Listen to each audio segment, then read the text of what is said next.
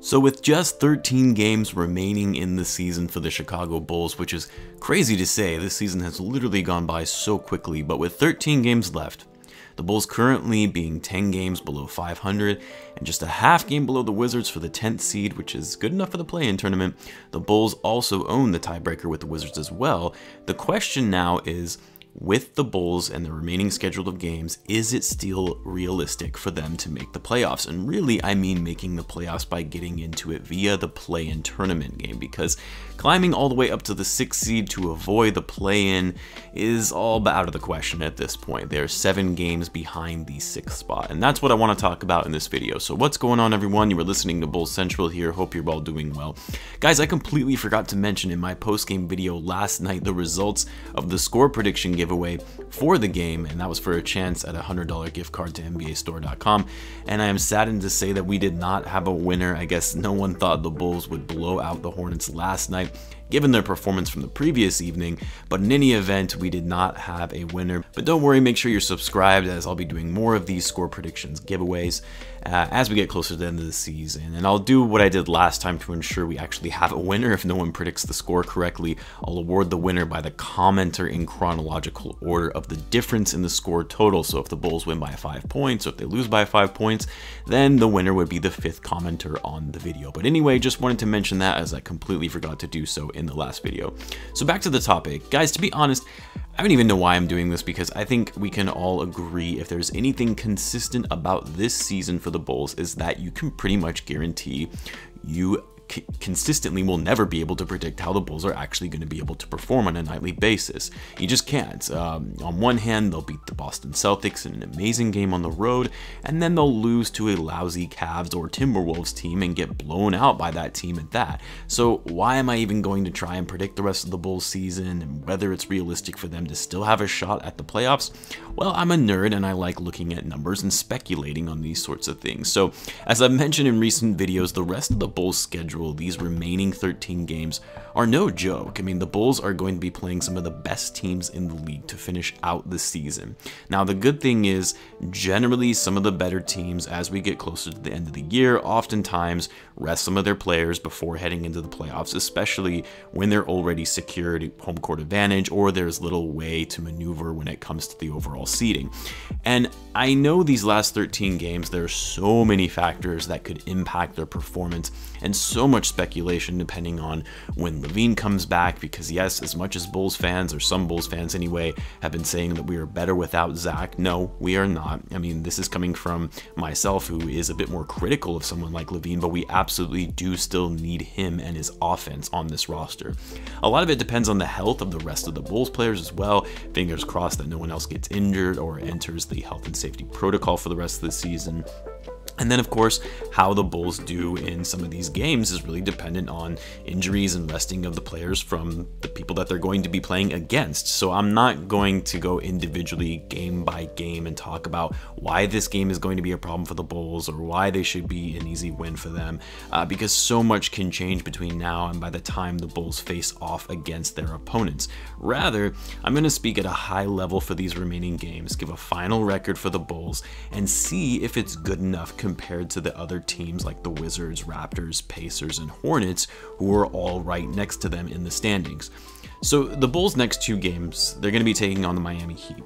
And these will both be in Miami. Now, Florida has been one of the more lax states when it comes to allowing fans, so I believe their stadiums are allowed to nearly half full or more than that. So this will actually feel like a road game, or games, I guess I should say, since they'll be playing them twice. Now, the Heat are going to be playing hard in this one because they're currently sitting 7th in the East, and they're going to look to avoid the play-in. They're coming off a 3-game winning streak at the time of this recording, so these games aren't going to be easy. And I've said it before, Vucevic has not performed well against someone like Bam Adebayo, because Bam is an incredible defender and Vucevic also isn't that great on defense, so Bam is likely going to get his when it comes to the offensive end.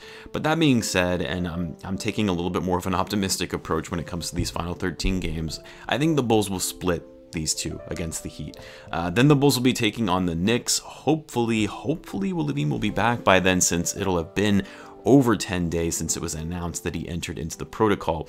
And call me crazy, but I think the Bulls can win this game, given the Knicks aren't that strong down low. They don't have a true center, and hopefully the Bulls will recognize that and utilize Vucevic to their advantage like they did in the game against the Hornets and the game against the Celtics. Anytime you're going against a team without a quality center and there is a mismatch down low, you just have to go to Vucevic. Then the Bulls will face the Bucks. I mean, that's going to be a hard game. I would say the Bulls likely fall in that one. They'll play the Hawks, which I actually think the Bulls will get revenge on the Hawks in this one, given they completely collapsed the last time these two teams met. This was the game where Lavine had 39 points in the first half, and the Hawks made adjustments in the second and completely shut down Lavine, and the Bulls fell apart in the fourth quarter. So my hope is the Bulls will have learned from their mistakes there. Then the Sixers, oof. I mean, this schedule is really rough for the Bulls. I mean, if Embiid and Simmons are playing and the Bulls, you know, they've been lucky in both games that they've played against the Sixers this season. Simmons was out for both of those games, and Embiid was out for the second one that they played, and the Bulls still ended up losing both of those games. I like Vucevic, but he's no match against Joel Embiid. So if Embiid and Simmons are playing, I just don't see how the Bulls win this one. Then the Bulls will take on the Hornets again, this time in Charlotte. And this is going to be a tougher game because I think by then, you know, LaMelo or Gordon Hayward will be back into the lineup. But even with them back in, the Hornets still won't have an answer for Vucevic down low, like we saw in last night's game. So I'm actually going to say that the Bulls win this one. Then the Bulls will take on the Celtics. Just like their most recent performance, a lot of this depends on which Celtics players will actually be available, given they didn't have Kemba Walker last time around and Marcus Smart actually. And obviously the Bulls will need to continue playing impeccable defense against Jason Tatum, and we'll definitely need Garrett Temple's, you know, defense 100% locked in that game. So I'm going to be bold and say the Bulls win this one. Again, another team that doesn't have strong interior presence to combat Vucevic, unless you want to count Luke Cornett, of course. Then the Bulls will face the Pistons in Detroit, a team that is really tanking for a draft pick, so this should be an easy win for the Bulls. I mean, these are the type of games that you kind of have to win with the level of difficulty for these remaining games that you have on your schedule. But we all know how the Bulls like to play down to their competition, so who knows on this one, but I'll say the Bulls come out and win against a bad Pistons team. Then the Bulls face the Nets, and actually they'll be facing them twice. They'll play the Raptors in between those two games. Now hear me out on this one. I suspect the Nets will likely rest their big three, or at least two of their big three, as we get closer to those final games of the season, because, you know, for them, even fighting for a spot between the number 1 seed and the number 2 seed, which they'll be kind of challenging against the Sixers for, they're likely not going to care all that much about finishing 1 versus 2 because they have a stacked team, and home court advantage in the age of COVID with limited fans anyway likely isn't going to mean as much in the grand scheme of things. So my guess is the Bulls will split the 2 games they have against the Nets, and I'm also going to say that they beat the Raptors, even though the Raptors have been on a bit of a hot streak recently. I think at the end of the day, the Bulls are a better team. And then finally, their very last game of the season, they'll be playing the Milwaukee Bucks. For this one, a lot of it depends on whether they decide to rest Giannis or Middleton for the last game of the year. As for the Bucks, they're likely going to finish with the 3 seed. You know, there's a pretty large gap between them and the 4 spot, and they would have to make up a decent amount of room to move ahead of the Nets or the Sixers. But I think either way, the Bulls will likely fall in this game as they just don't match up well against the Bucks at all.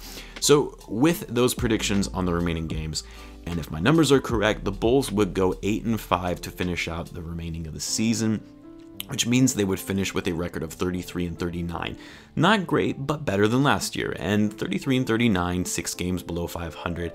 I think that is likely just enough to finish with the 10 seed. Again, I know this is kind of all ridiculous because predictions like this are based on so many different factors that have to be taken into consideration, like when is Zach coming back? Will the Hornets get Hayward and LaMelo back in time before they start falling into the standings further?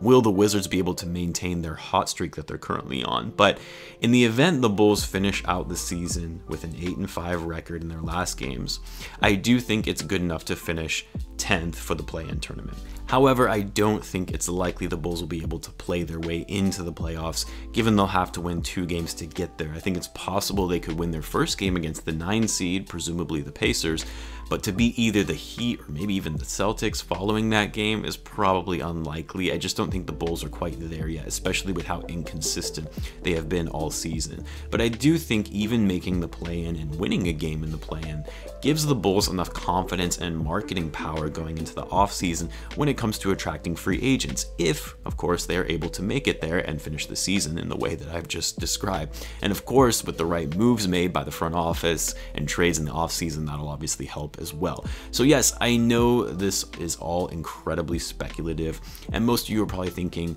why even make these predictions when we all know that trying to predict how the Bulls will perform is like trying to predict where the ball will land on a roulette table. But it's Friday, and with all the comments on whether the Bulls should be tanking or not, I thought I would piece out the rest of their schedule to see if the Bulls were in fact still able to realistically make the playoffs. And although it is unlikely, I do still think the play-in tournament is certainly attainable. Let me know what you guys think though. Do you think the Bulls realistically have a shot at the playoffs despite the challenging schedule ahead? Let me know in the comments why or why not. Don't forget the Bulls will be taking on the Heat tomorrow. I'll have a live game chat for that. Be sure to subscribe if you're a Bulls fan, as I do post daily Bulls content. Thanks again for tuning in, guys, and I will catch you in the next one.